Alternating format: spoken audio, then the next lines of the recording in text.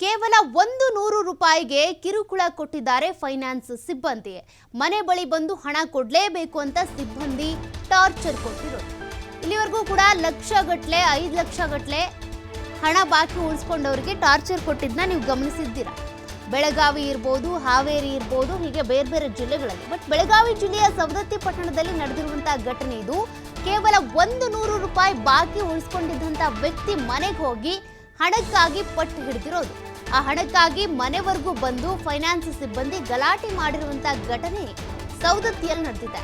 ಇದರಿಂದ ಆಕ್ರೋಶಗೊಂಡು ಫೈನಾನ್ಸ್ ಸಿಬ್ಬಂದಿಗೆ ತರಾಟೆಗೆ ತೆಗೆದುಕೊಂಡಿದ್ದಾರೆ. ಹಿಗ್ಗಾಮುಗ್ಗಾ ಬೈದು ಬಳಿಕ 100 ರೂಪಾಯಿ ಕೊಟ್ಟು ಕಳಿಸಿದ್ದಾರೆ ಆ ವ್ಯಕ್ತಿ. ಫೈನಾನ್ಸ್ ಸಿಬ್ಬಂದಿಯ ದುರ್ವರ್ತನೆಯ ವಿಡಿಯೋ ಈಗ ಫುಲ್ ವೈರಲ್ ಆಗ್ತಾ ಇದೆ. 100 ರೂಪಾಯಿ ಬಾಕಿ ಉಳಿಸ್ಕೊಂಡಿದ್ರು ಅನ್ನುವಂಥ ಕಾರಣಕ್ಕೆ ಮನೆ ಹತ್ರ ಬಂದು ಅಟ್ಟಹಾಸ ಮೆರೆದಿರೋದು.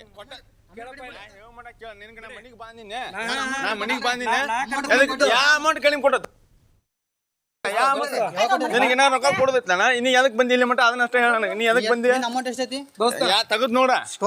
ಅಮೌಂಟ್ ಈಗ ನೀ ಮನಿಗೆ ಎದಕ್ ಬಂದಿ? ನಾನು ಯಾರ ಕಡಿಮೆ ಕೊಟ್ಟಾರ?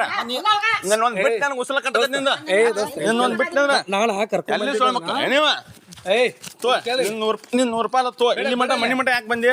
ಇಲ್ಲಿ ಮನೆ ನಿನ್ನ ಜಗದ ಮ್ಯಾಗ ಕೊಂದೋಗಿದ್ದೇನೆ. ಮತ್ತೆ ನೀನು ಮುಂದೆ ಬಿಡುದು. ನೀನು ಮತ್ತೆ ರೊಕ್ಕ ಕೊಟ್ಟಲ್ಲ ನೀನು ಬೆಳಿಗ್ಗೆ ಕೊಟ್ಟಲ್ಲ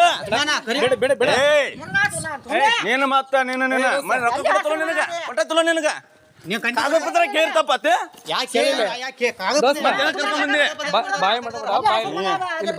ಅಲ್ಲಲ್ಲ ನಿಮ್ದು ಏನಾರ ರೊಕ್ಕ ಇಟ್ಕೊಂಡಂತ ನಾನು ಕೇಳಿಲ್ಲ. ಯಾಕೆ ನಾನು ಕಾಗದ ಪತ್ರ ತಂದು ತೋರ್ಸೋ ವೈ ಅಂತ ಸರ ನಾ ಏನಾರ ನಾ ಹೇಳ ಮಾಡ ಕೇಳ ಬಿಡಿಲ್ಲ ಅಮ್ಮ.